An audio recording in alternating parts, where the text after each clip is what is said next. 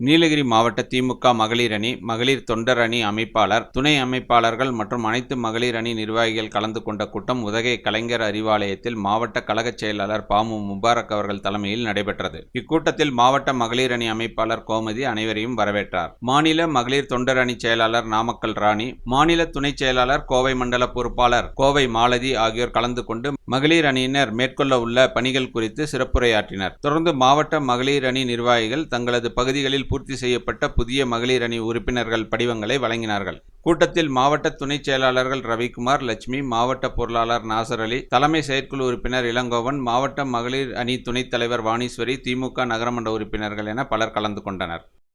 The big shop வீட்டு உபயோகப் பொருட்கள், எலக்ட்ரானிக் பொருட்கள், மொபைல் போன்கள், பர்னிச்சர்கள் என அனைத்தும் ஒரே கூரையின் கீழ் கிடைக்கும்.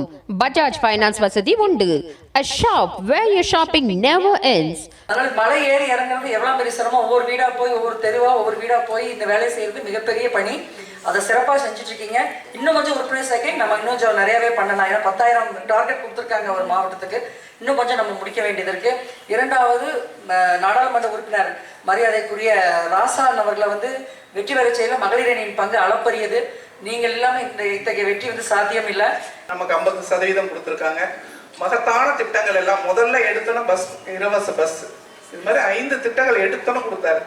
இந்த மகளிர் உரிமை தொகை முதற்கொண்டு அத்தனை திட்டங்களும் பெண்களுக்கு தான். ஒவ்வொரு நாளும் நமக்கு நம்மளுடைய வளர்ச்சியை நம்ம எந்த அளவுக்கு நம்ம மேல வாழ்க்கையில வரணுங்கிறது நம்மளுடைய உடன் பிறந்த சகோதரராக நமக்கு அத்தனை உதவிகளும் செய்து வருகிறார். ராகம் டிவி யூடியூப் பக்கத்தை சப்ஸ்கிரைப் செய்யுங்கள்.